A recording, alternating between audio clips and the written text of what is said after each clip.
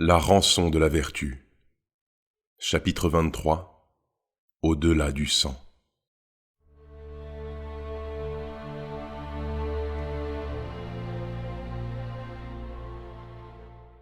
La garde avait abandonné les lieux. Olgierd et son capitaine, affalés sur les paillasses des sans-abri, demeuraient silencieux. L'ex-lieutenant gardait son œil restant sur le cadavre d'Egbert, toujours étendu sur le sol. Guillaume, lui, reprenait lentement son souffle, les yeux au ciel. Il était épuisé. Sa marche forcée à travers le quartier l'avait vidé de ses forces. L'un comme l'autre, il redoutait de prendre la parole en premier. Olgierd souhaitait exprimer sa gratitude sans pour autant donner l'impression que sa colère s'était atténuée, et Guillaume craignait d'attiser la rancune du jeune homme s'il ne choisissait pas les mots justes. Comme tout ce qui lui vint lui parut idiot, risqué ou les deux à la fois, il préféra encore se taire. Un long moment s'écoula. Puis, sans détourner son regard de la dépouille d'Egbert, Olgierd demanda à voix basse : « Vous avez changé d'avis finalement ?» Guillaume inspira profondément pour peser chacun de ses mots. « Tout cela n'était qu'une idée de Clémence. Je n'ai jamais eu l'intention de te livrer à Avelin. » Olgierd soupira. Plus rien ne l'étonnait. « Ne lui en tiens pas rigueur, s'il te plaît. Elle pensait faire ce qui est bon pour Armel et moi. Et sans doute pour elle aussi. » Un silence de plus fila durant presque une minute. « Vous avez menti à Avelin alors ? C'était risqué. C'était la seule chose à faire pour vous protéger tous les deux. » L'ex-lieutenant réfléchit un instant. « Et Clémence vous a laissé partir pour me rejoindre ? Juste comme ça ? Ça ne lui ressemble pas. » Guillaume se passa nerveusement la main sur sa cuisse. « Je l'ai menacé de la faire enfermer si elle ne m'obéissait pas. » Olgierd lut une profonde tristesse sur le visage de son mentor. Il avait le regard vague, posé sur la pointe de sa botte. « C'est une frontière que je n'aurais jamais voulu franchir, » confia-t-il avec mélancolie. « Plus rien ne sera comme avant désormais. » Malgré sa rancune, Olgierd sentit une pointe de compassion le pousser vers son capitaine. Il la réfréna. Son cœur lui commandait de le prendre en pitié et de lui venir en aide. Sa raison, gangrénée par ses ressentiments, lui ordonnait le contraire. Il dut, sans le savoir, faire un compromis après avoir laissé un nouveau silence pesant s'évanouir. « Ne restons pas là. Je viens de frôler la mort, j'ai besoin d'un verre. » Guillaume avait rarement entendu meilleure excuse pour se saouler, surtout de la part d'Olgierd. Le jeune homme s'appuya contre le mur pour se remettre sur ses jambes, puis tendit la main à son capitaine. « Je risque d'avoir du mal à monter jusque chez toi, » affirma Guillaume une fois sur ses béquilles. « Pas d'inquiétude, l'endroit n'est pas en état pour accueillir qui que ce soit. Allons à la Corneille Blanche, c'est juste à côté, et le patron ferme tard. » Guillaume acquiesça. Avant de quitter la ruelle, Olgierd remonta dans son appartement.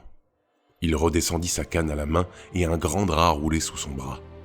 Il déposa le linge près du corps d'Egbert et fouilla les poches du mort.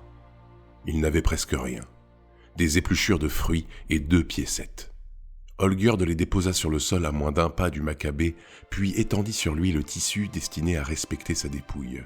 Ces dernières richesses ainsi exposées, Egbert risquerait moins d'être pillé sans ménagement par quelque nécessiteux. « Je ferai envoyer quelqu'un pour récupérer le corps », promit Guillaume. Sur leur chemin jusqu'à la Corneille Blanche, Olgierd fit une escale à la fontaine publique qui se trouvait dans la rue adjacente. Il y fit un brin de toilette, nettoya son visage incrusté de sang séché et épousseta ses vêtements. La taverne était l'établissement le plus étriqué que Guillaume eût vu de sa vie.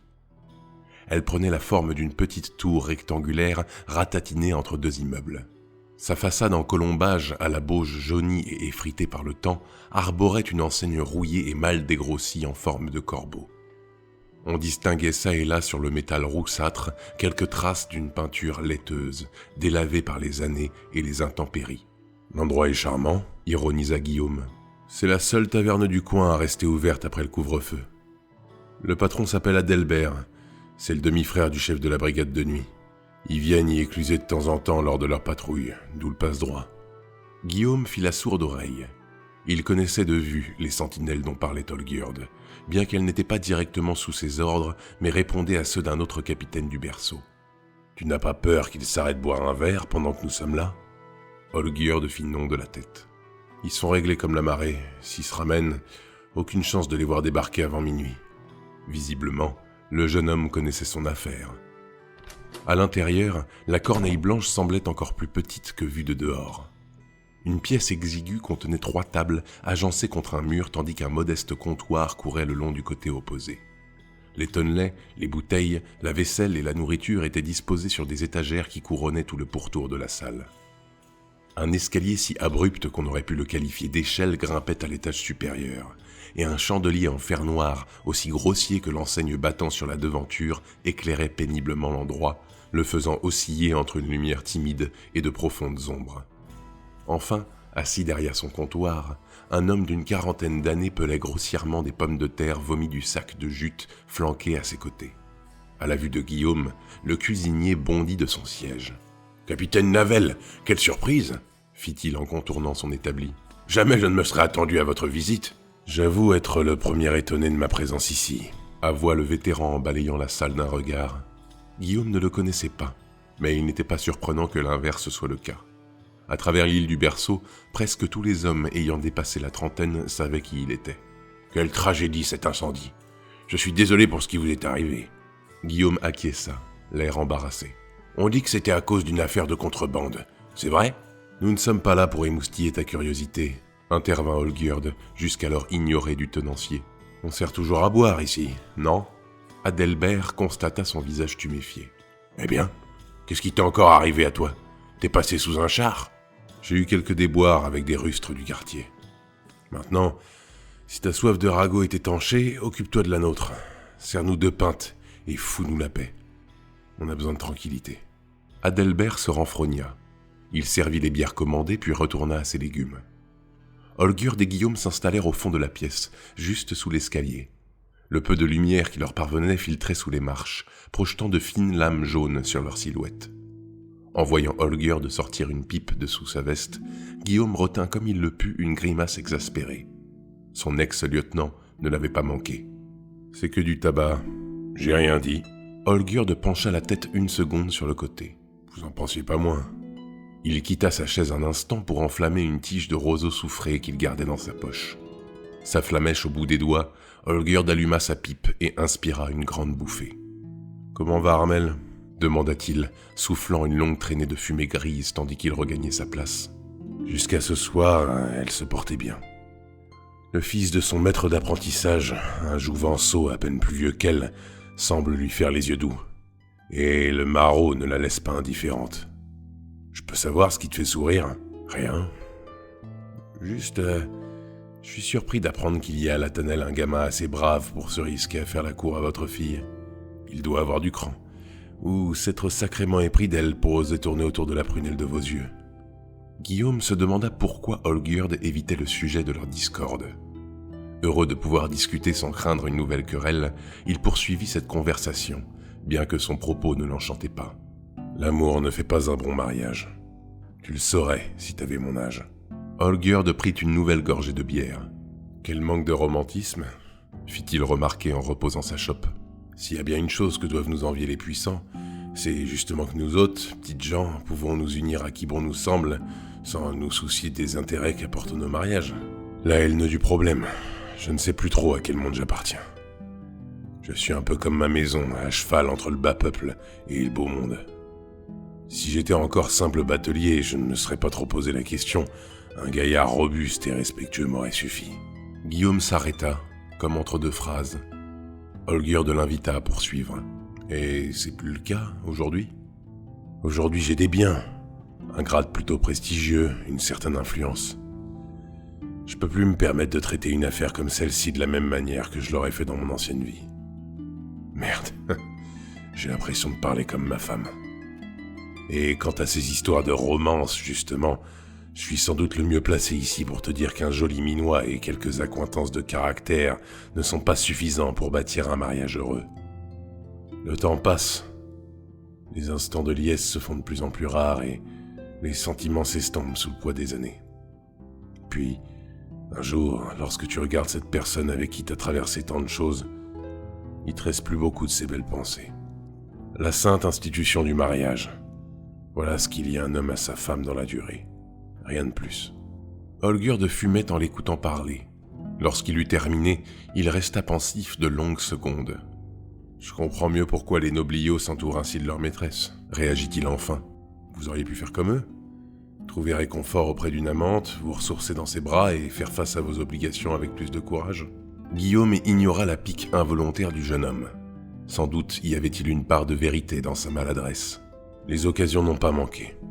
Mais je n'aurais su m'y résoudre, assura-t-il avec une amère conviction. Je sais que, même si l'amour n'est plus, j'aurais eu l'impression de m'en prendre à la jeune femme au joli minois que j'ai connu autrefois, qui vendait ses poissons sur les quais de Pont-Solan. Quelque part, caché là-dessous, je sais que je suis toujours épris de cette fille-là, avec qui nous nous étions promis l'un à l'autre jusqu'à notre mort. Il se passa le pouce et l'index sur ses paupières avant d'ajouter avec défaitisme. La blesser comme je l'ai fait ce soir m'a donné l'impression de me poignarder moi-même. Olgierd dévisagea son capitaine. Les récents événements avaient dû le marquer plus profondément qu'il n'y paraissait, car jamais il ne l'avait entendu se livrer ainsi.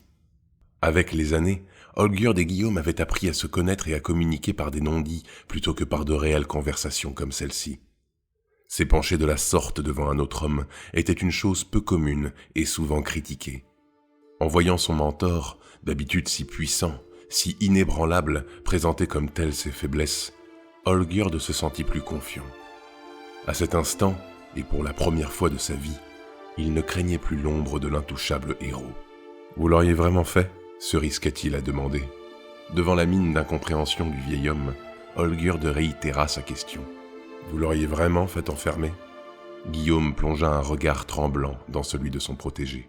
« J'aurais fait n'importe quoi pour te sauver. » Le jeune homme discerna sans peine la lèvre tremblotante sous la barbe drue du vétéran, ses yeux qui brillaient de sentiment dans la pénombre, son cou qui se crispait d'émotion. Il en fut bien surpris, mais s'aperçut l'instant d'après qu'il était lui-même victime des mêmes symptômes. De la même bouche fébrile, des mêmes perles menaçantes à la lisière de ses cils, du même étranglement de gorge. « Je suis navré, Olgierd », s'excusa Guillaume en maîtrisant sa voix comme il le put. « Je t'ai affligé d'un fardeau que tu n'aurais jamais dû porter. Tu sais, après la guerre, le vétéran se mordit la lèvre et inspira profondément par le nez. Olgierd, lui, redoubla d'attention. Guillaume ne parlait jamais de cette époque. Je ne voulais plus porter d'armes. Je ne voulais plus prendre la vie de qui que ce soit, mais en voyant le monde comme il était, avec toutes ces horreurs qui s'y déroulaient, je me suis tellement demandé pourquoi. Pourquoi tous ces hommes étaient morts. On perçut une ombre passer dans le regard du vétéran, à l'endroit même où naissait une unique larme qui sillonnait sur sa joue ridée. Olgierd ne pouvait le deviner, mais Guillaume revoyait avec clarté les visages d'Erios, de Jean, de Lionel et de Faljalad.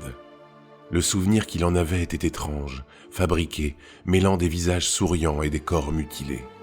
Pourtant, bien que cette image fût factice et créée de toutes pièces par son esprit, le vieil homme savait du plus profond du cœur que l'apparence qu'il gardait de ses frères d'armes était restée parfaitement fidèle. Jamais il ne les avait oubliés. Eux comme tant d'autres, susurra-t-il pour lui-même. Il releva la tête un instant, la voix pleine d'émotion. « Tu n'avais pas à donner un sens à tout ça, Olgierd. » Il s'effondra. On entendait à peine ses sanglots. Olgierd le comprenait. En partie, certes, mais mieux que quiconque. Bien qu'il n'eût pas fait la guerre, le jeune homme avait lui aussi été témoin des affres de la pauvreté, de la cruauté des puissants comme de celle des miséreux, de l'absurdité humaine qui, sans prévenir, détruisait les hommes pour les réduire à leur médiocrité bestiale, envieuse et brutale. Dans un élan de compassion, Olgierd posa sa main sur celle de son capitaine. Les pleurs du vétéran redoublèrent d'intensité, mais étrangement, cela leur fit du bien à tous deux. Jusqu'ici isolés, plongés dans leurs plus impitoyables souvenirs de corps sans vie, de femmes et d'hommes meurtris par leur destin, d'enfants brisés par l'injustice, ils se sentaient comme allégés par ce simple contact de la peau, comme soudés ensemble contre le reste du monde. Entre deux respirations saccadées, Guillaume parvint à souffler quelques mots. « Je te demande pardon. » Il ne le voyait pas, la tête baissée et ses yeux goûtants sur la table. Mais Olgierd s'était joint à ses pleurs. Un long moment, ils communièrent en silence de la plus simple et naturelle façon du monde, pensant comme ils le purent les stigmates ancrés dans leur conscience. Lorsqu'ils reprirent un peu de contenance, les deux hommes s'enfoncèrent dans le dossier de leur chaise et séchèrent leurs larmes sans mot dire, comme si de rien n'était. Leurs regards encore humides se croisèrent un bref instant. Ils n'eurent pas besoin de le dire, c'eût été trop évident. Pourquoi parler de la morsure gelée du vent d'hiver ou du goût salé de l'eau de mer? Ce sont des choses que chacun sait. Peu importe les fautes, l'amertume ou la rancœur, il y avait dans cet instant un amour prévalent qui s'exemptait des liens du sang. Ils s'aimaient comme s'aime un père et son fils.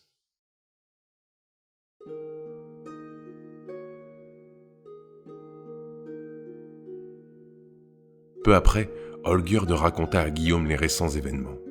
Comment ils avaient, Elias et lui, mené leur enquête sur l'hydre de Chaille. L'ex-lieutenant lui conta presque tous les détails. La visite d'Elias à l'hôtel des Miséricordes et la découverte de sa nature redoutable, l'intimidation d'Avelin, le prêtre qui l'accompagnait, la lame ardente postée devant la morgue, la mystérieuse disparition de la créature et le départ d'Elias pour les égouts la veille au soir. Guillaume l'écouta avec attention. Lorsque la surprise fut retombée, il garda une expression sage et lucide sur son visage. « Que fait-on maintenant ?» questionna Olgierd en se raclant la gorge. Guillaume se fendit d'un sourire équivoque. « On se bat. »« Contre qui ? J'ai l'impression qu'on est cerné d'ennemis. Entre Avelin, Anadella et l'hydre, je sais plus vraiment où donner de la tête. Cette bataille n'a plus lieu d'être, » annonça Guillaume avec aplomb. « Il est temps de passer à autre chose. » Olgierd fut saisi d'incompréhension. « Regarde-nous, Olgierd. Je ne peux plus t'aider. Et d'ailleurs, tu ne fais même plus partie de la garde. À la moindre tentative de ta part, le seigneur Avelin te tombera dessus et cette fois, je ne pourrai pas te sauver. Il faut savoir choisir ses batailles et, soyons honnêtes, celle-ci est perdue d'avance. De plus, je crois pouvoir être en bonne mesure pour te dire que tu as donné à la Tannelle bien plus qu'elle ne le méritait. Cette ville n'était qu'un rêve. Et j'ai mis trop de temps à m'en rendre compte. » L'ex-lieutenant resta muet. Devant son silence, Guillaume poursuivit, un sourire bienveillant sur son visage. « Mais les choses ne s'arrêtent pas là. Je pense que nous avons d'autres épreuves à surmonter. Toi, comme moi. Il est temps que je prenne mes problèmes à bras-le-corps et que t'en fasses de même. » « De quoi parlez-vous ? Qu'est-ce que je pourrais faire d'autre ? Tu es jeune, Olgierd. Le monde ne se limite pas à la Tannelle. Il est si vaste que tu ne peux l'imaginer. J'ai beaucoup réfléchi, tu sais. Je pense qu'en restant ici, tu te condamnes à rester la proie de tes vieux démons. Qu'ils soient vivants, morts ou seulement présents dans ton esprit. » Le jeune homme était décontenancé. Cette perspective ne l'avait même pas effleuré. Il avait vécu toute sa vie ici. La baie, le port, la cité et les faubourgs, telles étaient les frontières de son monde. « Et vous ? Et votre jambe ? Ils doivent payer pour ça !» s'indigna-t-il à voix basse. « Ma jambe, je ne la pleurerai pas. Crois-moi, le jeu en vaut pas la chandelle. » Olgierd garda le silence, encore. Il n'avait jamais vu Guillaume renoncer à quoi que ce soit. « Fais-le pour moi, s'il te plaît. Tu sais que si tu persistes, je ne resterai pas impassible et que s'il le faut, je monterai avec toi à la potence. Il est grand temps que tu échappes à l'ombre de cette cité, et à moi aussi, qui t'ai dicté tes actes à de bien trop nombreuses reprises. Pars, vis, sois libre, vraiment libre, loin de mon influence et de mes choix. » Olgierd resta immobile quelques instants, le regard fixé sur la flamme d'une bougie. Mais où irais-je ? Qu'est-ce que je ferais ? Questionna-t-il en suivant une goutte de cire perlée sur la table. Guillaume haussa des épaules avec un sourire amusé. « Je l'ignore. Je ne suis jamais vraiment allé plus loin que Pont-Solan. Mais je m'inquiéterais pas si j'étais toi. Tu as survécu 15 ans dans cette ville à nul autre pareil, et ce en te frottant au pire salopard qui puisse exister. Tu vas découvrir des choses que je n'ai jamais vues, vivre des expériences que je n'ai jamais vécues. C'est ça que je veux pour toi, que tu changes la vision du monde que j'ai lâchement exposée à ton regard et que tu deviennes maître de ton destin, si une telle chose est possible. Tu as vu le pire, je veux que tu vois le plus beau, s'il existe. Olgierd, en pleine introspection, releva les yeux vers le capitaine. Sa voix vacilla. « Je pourrais revenir vous voir, un jour ?» Guillaume eut un sourire évident. « Ma porte te sera toujours ouverte. » Olgierd ne prit pas sa décision tout de suite, mais l'idée de Guillaume resta ancrée dans son esprit pour le reste de la soirée. Les deux hommes restèrent à la corneille blanche plus longtemps que prévu. Ils savourèrent l'instant présent, sachant l'un comme l'autre que, peu importe la décision d'Olgierd, l'occasion ne se représenterait pas avant un moment. Les rires suspendirent le temps. L'ivresse exalta la tendresse et l'amitié, délia les langues et leurra les peines. Bien des mauvais souvenirs devinrent des bons. Puis, peu avant minuit, Olgierd et Guillaume quittèrent l'endroit. « Je vous raccompagne ?» proposa le jeune homme. Guillaume fit un bref non de la tête. « Ça ira, mon garçon. J'ai besoin de dessouler et de rassembler mes idées avant de rentrer chez moi. Et puis, j'ai déjà fait de la route une fois, et de manière bien plus pressée. Je peux la refaire sans peine. » Olgierd n'insista pas. Il savait que ses explications cachaient une autre vérité. Clémence, qui patientait sans doute, inquiète, à l'entrée de leur maison. Sans doute le capitaine ne voulait-il pas qu'elle les voie ensemble. La situation était déjà difficile. Bien qu'attristé, Olgierd se résigna. Mais à l'instant où il allait dire au revoir, le vétéran glissa le bras sous la hampe de l'une de ses béquilles et attrapa le jeune homme par l'épaule. Là, juste sous l'enseigne, il le prit dans ses bras. Un geste qu'il n'avait jamais eu pour son protégé. Ils se quittèrent péniblement, et pourtant le cœur léger.